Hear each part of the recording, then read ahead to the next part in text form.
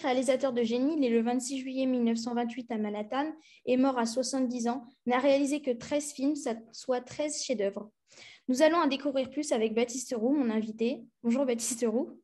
Bonjour Sacha. Vous êtes passionné de Stanley Kubrick. Pouvez-vous vous présenter la communauté de The Boot?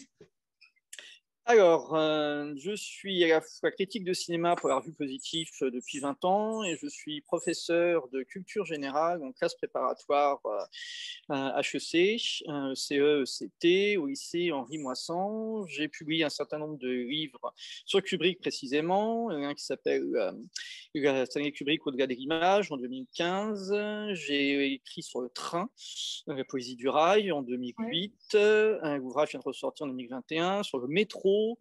Et j'ai consacré ma thèse à un écrivain qui a obtenu le prix Nobel en 2014, à savoir Patrick Modiano.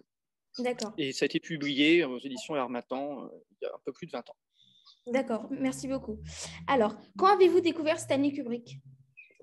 Alors, j'ai découvert Stanley Kubrick précisément en 1985, en regardant 2001 Odyssée de l'espace à la télévision sur un petit poste noir et blanc. Ça passait un soir à 20h35 ou 20h40. J'ai rien compris. Je me suis même endormi au bout d'une heure et demie à peu près. J'ai trouvé que sans doute qu'il y avait des qualités dans le film, mais ça m'est passé complètement au-dessus de la tête. Bah, forcément, vous voyez 2001 sur un écran de télévision noir et blanc. C'est un peu comme d'admirer la Joconde sur un timbre-poste. Voilà, c'est un film qui est conçu pour le cinéma. C'est un film qui a été tourné en 70 mm pour être projeté dans des conditions absolument exceptionnel. Il y a un travail inouï sur l'image, donc c'est un film qu'on peut, même avec le meilleur vidéoprojecteur du monde, vous passez à côté du film. C'est vraiment un film qui est pensé pour la salle de cinéma et la plus vaste possible. Ouais. Qu'est-ce qui vous attire chez Stanley Kubrick Alors, on m'a déjà posé la question, je vais vous répondre vraiment de but en blanc, son intelligence. Je pense que c'est peut-être pas le meilleur metteur en scène, je ne sais pas si la formulation a du sens, mais c'est sans doute le metteur en scène le plus intelligent. C'est-à-dire quelqu'un qui réfléchit d'une part à son histoire, à ses implications, à la façon de la mettre en image. Il n'y a pas de hasard chez lui, tout est réfléchi, tout est pensé, et en même temps, c'est jamais verrouillé, c'est jamais cadenassé. C'est-à-dire que les personnages ne sont jamais figés, ils sont jamais d'un seul bloc. Et on sent que c'est quelqu'un qui a une connaissance alors approfondie de la technique, c'est évident, mais aussi de l'âme humaine, de la manière de raconter les histoires. On peut voir, je pense que c'est le seul cinéaste, on peut voir les films 5 fois, 10 fois, on y trouve toujours matière à découverte ou matière à plaisir. Mais avant tout, c'est vraiment, on sent une acuité intellectuelle. De toute façon, il était HPI, Kubrick, il était à un QI de 130 ou de 140, et on sent que par rapport à d'autres cinéastes, il y a peut-être Bergman qui peut lui être comparé, mais c'est quelqu'un qui suinte l'intelligence par tous les pores de la peau. Voilà.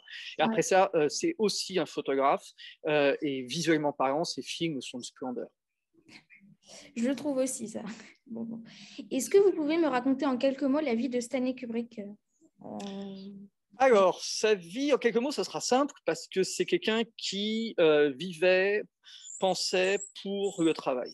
C'est-à-dire qu'à un moment où il a trouvé sa vocation, réaliser des films très très tôt, il n'avait même pas 20 ans. Le reste avait peu d'importance, à part sa femme et ses 2 filles, 3 puisqu'il avait pratiquement adopté la fille d'un premier lit de son épouse, Christiane, enfin peu importe. Donc il a un peu voyagé dans les années 50 pour les besoins de son travail, mais les dernières vacances qu'il ait prises en 1964, après avoir terminé Docteur for l'amour, il a visité toutes les plages du débarquement avec sa femme, et ensuite il n'a plus jamais pris de vacances et il n'a plus jamais quitté la Grande-Bretagne. Donc sa vie, c'est une vie consacrée à son œuvre. Bon, il y a d'autres artistes, comme Charlie voilà, il avait une vie quand même, Chaplin, qui était un peu plus tourmentée. Mais vous avez des artistes, prenez Léonard de Vinci, prenez Michel-Ange, c'est des gens qui sont confondus avec leur œuvre. En philosophie, vous avez Emmanuel Kant, des gens qui sont à ce point passionnés par la création, la pensée, qu'ils peuvent se passer vraiment de pouvoir quitter leur lieu, leur résidence. Ils voyagent dans leur tête, si tant est que le voyage est d'importance. Donc, raconter la vie de Kubrick, c'est très simple. Alors, en même temps, il y a une légende qui l'entoure, à savoir que c'est quelqu'un de misanthrope, ce qui est complètement faux. Hein. C'est-à-dire qu'il recevait beaucoup de gens chez lui, très peu de gens de cinéma, essentiellement des scientifiques, essentiellement des artistes dans d'autres domaines. C'est quelqu'un de très ouvert, très affable, très drôle, mais qui ne se déplaçait pas. Donc, je crois qu'il a pratiquement jamais rencontré Spielberg. En revanche, je pouvais passer 5 heures au téléphone avec lui. Oui. Donc, Stanley Kubrick a souvent été critiqué, mais ses films sont-ils pour certains violents et inintéressants ou sont-ils preuve d'un génie incompris? Bah, écoutez, vous parlez à quelqu'un qui est très partial. Moi, je pense que, alors, il n'a peut-être pas tourné que des chefs-d'œuvre. Bon, Orange Mécanique, peut-être le film qui a le plus vieilli, mais dire que Kubrick n'est pas un cinéaste violent par essence. Regardez Barry Lyndon, c'est un film extrêmement contemplatif, mais donc quand il s'empare d'une histoire, il la filme comme celle-ci doit être tournée.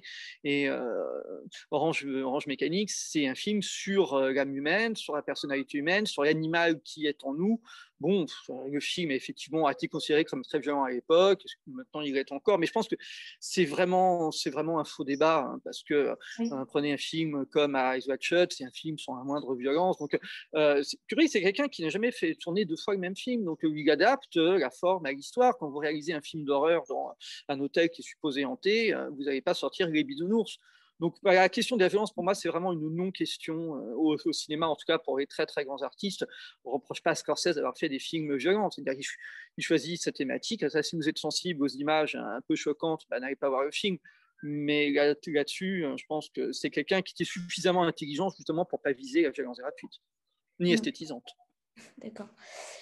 Est-ce que vous savez comment se passait la création d'un film? Par quel procédé trouvait-il les nouvelles? Alors, déjà, Kubrick, il faut savoir une chose, c'est qu'il n'a jamais écrit de scénario original. Il a toujours adapté, alors si, excusez-moi, son tout premier, qui s'appelle Fear and Desire, qu'il a coécrit, mais sinon, il a toujours adapté des romans de gare, des romans policiers, comme Gultim Razia ou Killer's Kiss, des chefs-d'œuvre comme Lolita, une œuvre comme Traum Novelle qui est devenue Eyes Wide Shut. Donc, c'est quelqu'un qui part d'un matériau original, qui a besoin de tomber amoureux d'une histoire. S'il a peu tourné, voire pas tourné entre 87 et 99, c'est parce qu'il ne trouvait pas d'histoire qui pouvait le porter suffisamment loin. Alors, il faut savoir que quand il a commencé à être très connu, il y avait quelqu'un au département de la Warner, parce qu'il a fait tous ses films pour la Warner à partir justement de Orange Mécanique, qui était chargé de prospecter pour lui des œuvres susceptibles de l'intéresser. C'est pour ça qu'en 1975 ou tout début 76, il a reçu les épreuves avant publication de ce qu'allait devenir The Shining, alors que l'ouvrage n'était même pas sorti. Donc, et ensuite, très souvent, il y avait besoin de travailler avec un ou une co-scénariste. Le seul film sans co-scénariste, ça doit être Barry Lyndon, mais qui a donné du fil à retordre sur le tournage. Mais sinon, ils sont entourés de spécialistes. Hein. Vous avez Diane Johnson qui a travaillé avec lui sur The Shining, qui a été spécialiste de littérature gothique et de littérature fantastique. Pour son film de guerre suivant, Full Metal Jacket, il a travaillé sur le texte de Gustave R. Avec Hartford, j'ai oublié son prénom, qui était spécialiste de la question, sur Traum Novelle, l'adaptation qui avait une shot, qui a travaillé avec Frédéric Raphaël, qui avait des spécialistes dans les histoires de couple, qui avait dialogué Voyage à deux de Sagan Donen. Enfin bref, il connaissait ses limites en tant que scénariste. Il avait besoin de toute façon de s'entourer de personnes compétentes. Alors, sur Lolita, le scénario est signé du seul Nabokov. En fait, il a écrit un script infilmable de 300 pages. Il n'en a pas utilisé une ligne. Il a tout réécrit avec James P. Harris, qui était son coproducteur. D'accord. Alors, quel film conseillerez-vous pour commencer Kubrick?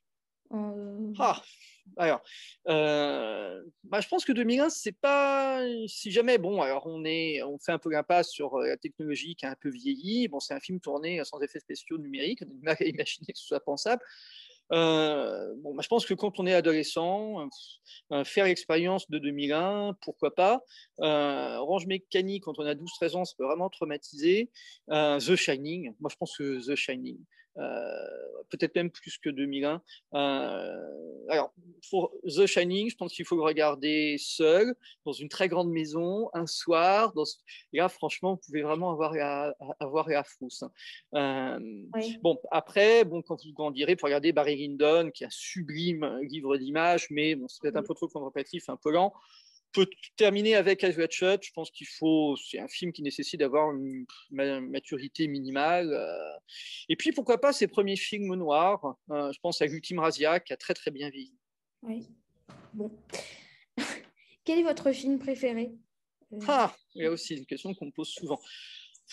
Moi, je les aime tous. Je vous dis, Orange Mécanique, c'est peut-être celui qui a le plus mal vieilli, parce qu'il est il est situé vraiment dans son époque, ce que faisait pas trop Kubrick. C'est-à-dire que c'est censé se passer en 2001, je crois, mais c'est vraiment filmé façon années 70, avec la mode et les décors. Bon, j'ai revu récemment Full Metal Jacket, pas celui que je revois le plus, à exception de la première heure, 50 premières minutes qui sont hallucinantes, entraînement des Marines à Paris-Sagan, mais la suite est très très bien aussi. Je crois que je les aime vraiment. Tout celui que j'ai le plus vu, c'est Eyes Wide Shut, qui n'est peut-être pas un film parfait, mais qui a des séquences absolument fabuleuses. Shining, j'ai aussi énormément vu. Donc je crois que honnêtement, je les aime tous. Même le tout premier, Fear and Desire, il a tourné ça avec 3 francs 6 sous, il avait 22, 23 ans. Donc oui, c'est un film qui est très brouillon, qui est très grimaud, un peu prétentieux, mais les images sont fabuleuses. Il avait 22, 23 ans, et c'est picturalement, plastiquement parlant, c'est superbe. Oui. Alors, aujourd'hui, est-ce que vous trouvez un réalisateur qui est proche de Stanley Kubrick ou qui s'inspire de Stanley Kubrick pour faire des films? Alors, très souvent, on a pensé à Spielberg. Moi, je ne suis pas bon Spielberg. Dans l'esprit de Kubrick, je penserais, alors je dis bien dans l'esprit, je penserais plutôt à Christopher Nolan. Ah oui. Ouais. Alors pas sur tous ces films, pas peut-être sur Tenet, mais prenez Inception, prenez Interstellar. Vous avez quand même un rapport au monde qui n'est pas fondé sur l'ambiguïté, fondé sur la résolution par l'intelligence, qui n'est pas totalement éloigné, je trouve. Sinon, c'est vraiment un cinéaste inclassable, dessiné peut-être ponctuellement sur certains films, certains peuvent s'en rapprocher, mais pour moi, il est quand même assez inégalable. De toute façon, il était ami avec Spielberg, il était ami avec beaucoup de cinéastes, mais c'est quelqu'un qui est quand même assez inclassable. Je vous dis pourquoi, parce que ces films sont des films qui sont toujours très, très ambigus et qui subvertissent à chaque fois le genre, en passant la barre très haut. Très honnêtement, quand on a vu The Shining, on ne peut plus voir d'autres films d'horreur.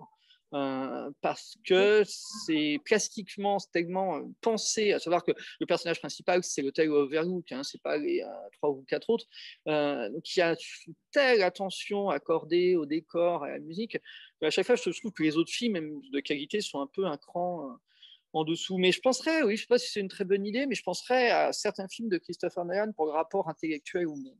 Oui.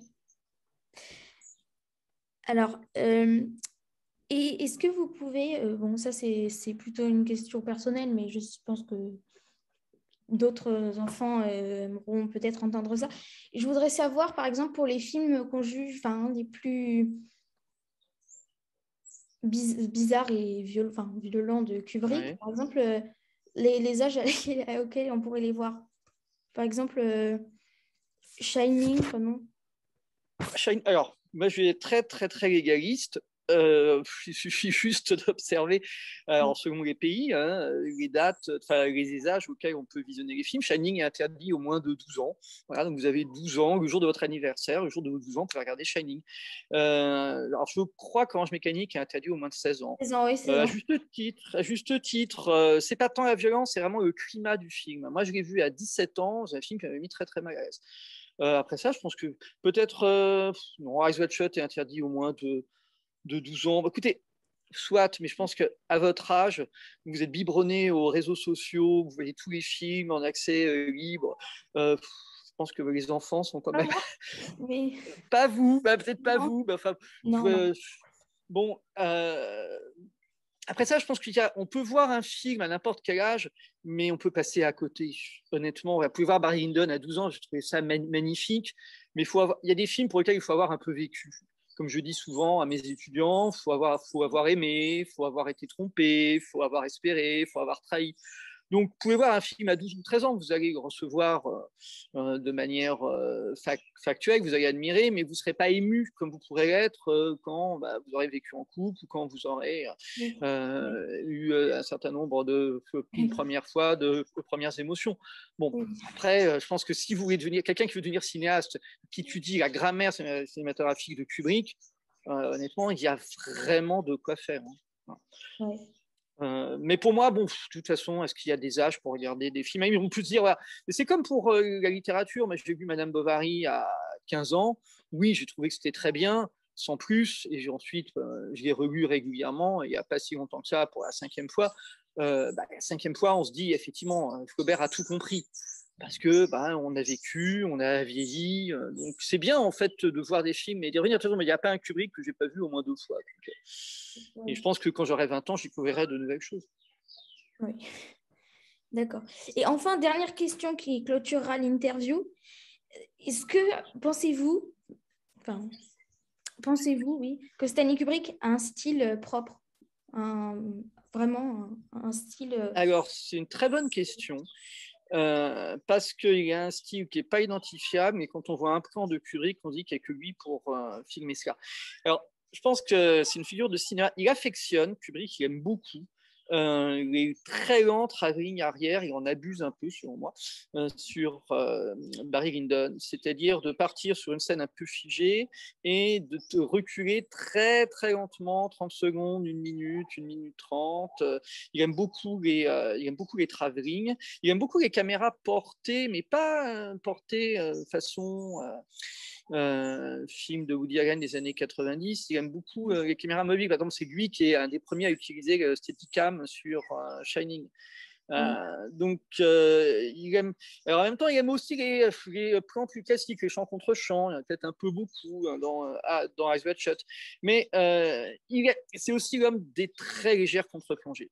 Un film de Kubrick, il y a toujours un minimum de contre-plongée. Et enfin, en ce qui concerne les éclairages. Les films de Kubrick utilisent ce qu'on appelle des praticables, c'est-à-dire des lumières qui sont présentes à l'écran. Peut-être au début de sa carrière sur ses premiers, peut-être sur Lolita, sur les intérieurs, qui est un film de studio, peut-être sur The Shining pour éclairer Overlook, mais sinon il aime beaucoup, prenez son dernier film, Eyes Wide Shut, vous avez pratiquement que de la lumière directe. Voilà, donc ça compose sa grammaire cinématographique, sachant que c'est quelqu'un qui aime bien les plans séquences. Son réalisateur préféré, c'était Marcel Fuchs. Je vais terminer par une petite anecdote. Quand il tournait Les Sentiers de la Gloire, film que je n'ai pas évoqué, mais sur Les Sentiers de la Gloire, à 12-13 ans, vous pouvez regarder ce film, vous comprenez immédiatement le rapport à la loi, à la justice, c'est très très fort. Et donc il était en fin 56 ou début 57, et il tourne un plan séquence extrêmement compliqué, sinueux, labyrinthique, et donc il le met en place et le tourne. À l'époque, il tournait très vite. Et à la fin du plan, il se tourne vers son équipe en disant voilà, aujourd'hui, j'ai dit Max Ophuls, j'ai dit Max Ophuls tout à l'heure, c'est son fils, Max Ophuls est décédé. Voilà. Ce travelling a été conçu pour lui rendre hommage. Oui. De tous les cinéastes, ils considèrent que Fuchs était peut-être l'un des plus grands. C'est étonnant, hein, parce que il n'y a pas vraiment de thématique commune de prime abord, mais ils considèrent que c'est celui qui avait conjoint à la fois la forme et le fond de la manière la plus convaincante. Vous savez qu'il y avait un projet de Napoléon. Il trouvait que celui d'Abel Gance était sublime, était remarquable d'un point de vue technique, mais ridicule pour l'interprétation et assez creux en ce qui concernait le fond. Il y a l'inverse, je trouvais qu'il y avait d'autres cinéastes qui étaient plus littéraires et qui étaient moins... Et considéraient que Fuchs c'est partie des rares artistes capables vraiment de conjoindre fond et forme. D'accord. Merci beaucoup, Baptiste Roux, pour cette interview.